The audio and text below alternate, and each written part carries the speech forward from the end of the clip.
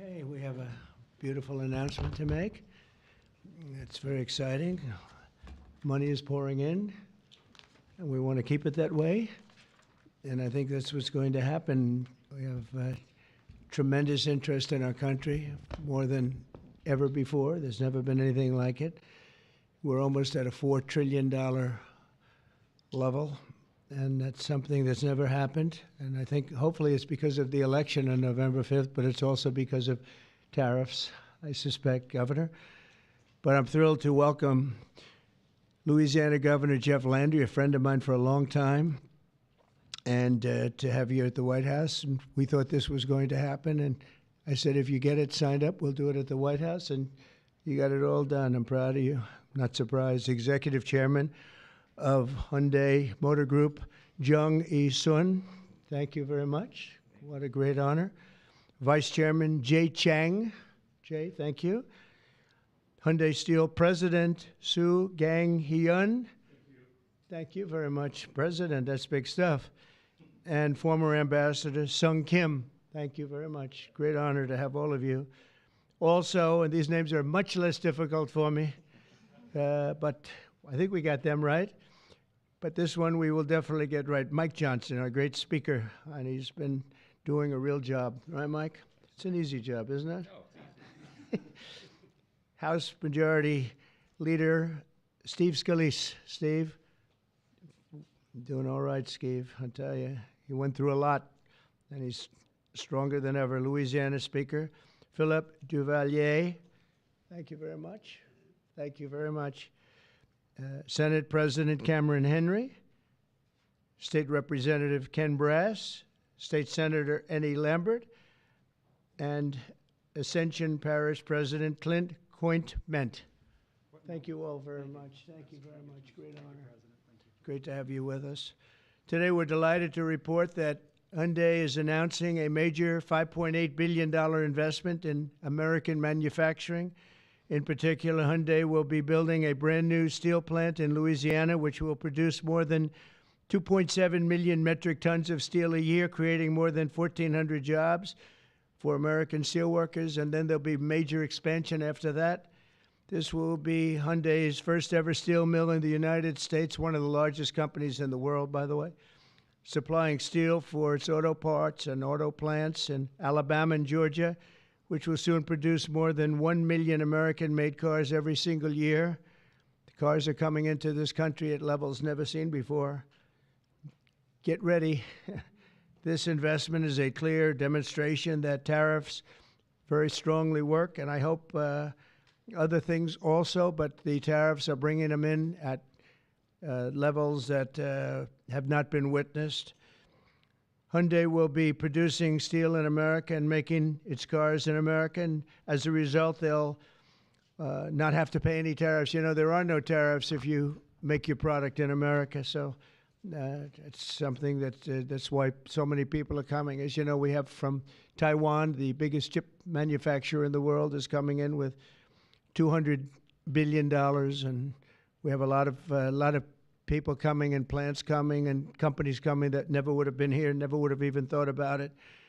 The new steel plant in Louisiana is part of an even larger $21 billion investment Hyundai will be making in the United States over the next couple of years. The company will also be massively increasing its auto manufacturing in Georgia and investing billions of dollars in advanced American technology companies. And what I'd like to do is I'd like to ask the executive chairman to say a few words, and it's a great honor to have Hyundai, a truly great company. Thank you very much. Thank you very much.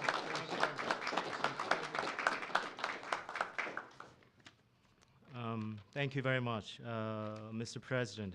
Thank you for giving me this opportunity to speak here today, and thank you for the invitation. And congratulations on the remarkable start to your new term. It's been good. All right. It's been great. So Hyundai Motor entered the U.S. 1986. Since then, we have invested over $20 billion and now support more than 570,000 American jobs across all 15 Asian states. Today, I'm pleased to announce an additional $21 billion in a new investment over the next 4 years, our largest U.S. invest ever. A key part of this commitment is our $6 billion investment to strengthen the U.S. supply chain from steel and parts to automobiles. We are especially excited about Hyundai Steel's multi-billion investment in a new facility in Louisiana, which will create 1,300 American jobs and serve as the foundation for a more self-reliant and secure automotive supply chain in the U.S. To mark this milestone, we are honored to visit President Trump alongside Governor Landry and Speaker Johnson and Leader Scalise, deepening our partnership with the United States and reinforcing our shared vision for American industrial leadership. And this week, we are also proud to open our new $8 billion auto plant in Georgia. With this, our U.S. vehicle production will exceed 1 million units per year, as President mentioned. Our decision to invest in Savannah, Georgia, creating more than 8,500 American jobs, was initiated during my meeting with President Trump in Seoul in 2019. That's right. Yeah, and after that, 2020 in Davos, I mentioned about the new plant. So American Jobs was initiated during at the time. Now, as we proudly mark the completion of this transformative project in coincides with the beginning of President Trump's second term, making this moment even more special. Thank you. Yeah. Furthermore, HMG will purchase $3 billion worth of U.S. LNG to support America's energy industry and enhance our energy security. All of these efforts will accelerate the localization of our supply chain in the U.S., expand our operations, and grow our American workforce. With your leadership, Mr. President, Hyundai Motor Group is proud to be a stronger partner in America's industrial future. I'd like to personally invite you to visit one of our state-of-the-art manufacturing facility and see firsthand our commitment to the United States and our American workers. Right. So thank you to our American partners and employees and communities. We are really proud to stand with you and proud to build the future together. Thank you. Well, thank you very much. I thought maybe we have our great speaker, and we have two very good friends, Mike and Steve, and you come from a certain state that we're talking about right now that we love, and I've done very well there. I've always won by a lot. I love that state, so I was happy to hear about it. That's why I said, come on over. But Mike, would you and Steve like to say a few words, please? Sure. Thank you, Mr. President. We're excited. It was mentioned earlier what a great start we've had to your second term, and we're just getting started. Everyone should know that. There'll be more of this because it's the policies that are bringing about the great growth, and it's about leadership. And we have a strong new leader back in the White House, and it makes a big difference because everybody around the world is seeing that, and everyone around the country is applauding it. We were on district work period last week, and Steve Scalise and I and our colleagues were traveling around the country doing campaign events, raising money, doing all the things that are necessary to ensure that we keep the House majority for the Republican Party. And I'll just tell you, I was in multiple states over the last week, and everywhere I went, Mr. President, people are excited. There's this great sense of relief, almost euphoria out there, because they know that America's back. This is the America First agenda. We're so grateful for these great friends with Hyundai to invest in Louisiana. We have extraordinary leadership on the state level, and leadership makes a big difference. We're so grateful to be a part of this. We want to tell you all this is a great investment in Louisiana and in America. More to come. Thank you so much. Steve? Well, thank you again, Mr. President, for opening up the White House to this great group. Governor Landry has brought the same kind of energy to the governor's mansion in Louisiana that President Trump has brought to the nation in the White House. You know, some people marvel at President Trump's stamina. Over the weekend, both Saturday and Sunday, we spoke by phone on some different legislative initiatives that we're working on with Speaker Johnson to continue moving the agenda forward. Those very things that President Trump ran on, he's delivering for the American people. And this announcement by Hyundai is one more example of how that agenda that President Trump ran on to make America first again is working for the American people. When you talk about 1,300 plus really good jobs in Louisiana, those are all American workers. That's billions of investment coming in from Hyundai into the United States that would not have been here without President Trump's leadership. And I think people know that, they see it. It's been a long time coming, but we applaud the work that Hyundai is doing with Governor Landry to come to our state. But for President Trump, we're seeing this all across the nation, and we're just getting started. A lot more to come, Mr. President. That's very nice. Thank you. Thank you very much. Do you have any questions, please? Yeah, please. The size of the investment, partly because of tariffs. On April 2nd, the reciprocal tariffs will go into effect. Is it truly reciprocal? Are there some countries that might get a break or some sectors that might get a break? Well, I may give a lot of countries breaks, but it's reciprocal, but we might be even nicer than that. You know, we've been very nice to a lot of countries for a long time, but I call it Liberation Day. April 2nd is Liberation Day. But today, as you know, we did something with respect to Venezuela. You heard about that, and that will be quite important. We'll be announcing some additional tariffs over the next few days, having to do with automobiles, cars, and having also to do a little bit with lumber down the road, lumber and chips. We're going to get all those chip companies coming back. They're already coming back without even doing it. So it's been very good. But we'll be announcing some others. But for the most part, April 2nd will be a big day. That'll be Reciprocal Day. And we'll be bringing some of the money back that's been taken from us. Let's be nice by using the word taken. I don't want to use a stronger word because these guys are professional politicians, and they don't like to hear those words. I refuse to use the word stolen from us, but that's a... Oh, it happened. Well, the European Union lowered their tariffs to 2.5%. We were only at 2.5% for cars, which is very low. And as you probably heard, that European Union lowered their number from much higher than that, many, many times higher, surprised to 2.5%. So that was good. But I don't know that I expect that. It's up to them.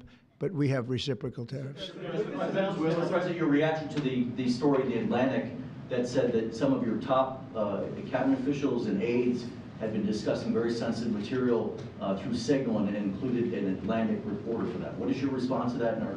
I don't know anything about it. I'm not a big fan of The Atlantic.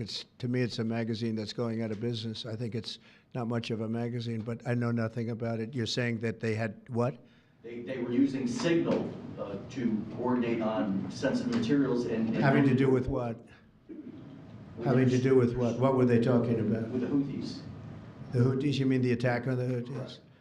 Well, it couldn't have been very effective because the attack was very effective. I can tell you that. I don't know anything about it. You're telling me about it for the first time. Anybody else? This announcement on Hyundai, yes. Is this a blueprint for you for other automakers to come to the United States to do what Hyundai was doing and investing so much in Louisiana and creating these new jobs? Absolutely. That's a nice question from you. That's a shocking question, how nice it is, huh? That's okay. That's a question that's a good question, actually. Yeah, sure. Hyundai's a great company. We have other great companies coming in, and we have some that are going to be staying here and very much expanding. And we have tremendous interest in every business. I can't just say automobiles, but automobiles is a big one. And yeah, this is the beginning of a lot of things happening. We've had, as you know, Apple's announced a $500 billion investment, and other companies have announced 250, 300 billion. But we're well into the $3 and $4 trillion mark, which has never happened to our country before. What it really means is jobs. All we care about is jobs, right? We care about quality and quality of life and safety and security, but we care about jobs. And they're going to have we have a lot of people coming in. Governor Landry, if I may, Governor Landry, I would love to ask Governor Landry a question, if you don't mind. How did you convince Hyundai to come to your great state? How did you convince them to come to Louisiana? It was easy. I told him we were going to have a great president this year, right? Look, again, I think that this is Americans seeing the America First policy in action, right? It's not just promises, it's about action. And not only and I appreciate their patience, because all last year, many of these legislators, the Speaker and the Senate President, we worked on making Louisiana as friendly for business as the president is making America. We worked on public safety. We worked on education reform, which the president's been working on. We worked on tax reform, historic tax reform. And what I can tell you is, to echo what the president said, in Louisiana right now, I believe before the summer's over, we'll have $50 billion worth of construction projects going on in Louisiana. That is a record, Mr. President. It has never happened under any other president, under any other administration. And I can only look at the leadership that he has brought, not only to the White House, but to the world as well. And so to have these executives come here and say, hey, we want to invest in America, because for decades now, what Americans have seen is jobs being offshored rather than onshored. And today's announcement is exactly that. This is a message for all America that this president and their governors out there care about the American worker. Mr. President, on your Venezuela tariffs, sir, and I have to tell you that if you have any trouble getting permits, which you won't, come see me. I'll get them for you immediately. All right? But you're not going to have any trouble. You know, we had, when I first got involved in this world of politics, when I went down to Louisiana, you know, the two big LNG plants, and they were stuck for 14 years. They tried to get permits, and these were $12 billion and I think $15 billion plants. And they were working on it for 14 years in one case, I think 13 or 14 in the other. And I was able to get them in less than a week. And they were shocked. And probably some consultant got a lot of money for doing it, but nobody spoke to me about it, other than this gentleman at the time. He mentioned it, and he did. They were in very much different positions, but they wanted to see if we could break the logjam. And I got it done. In one case, I actually got it done in one day. And the other case, I didn't do as well. It took a full week. And they built, and they're up, and they're very successful now. That was a long time ago, but we got it done immediately. You'll have no trouble getting your permits, I guarantee. These people, you're dealing with the top of the line. Okay? But just in case, call me.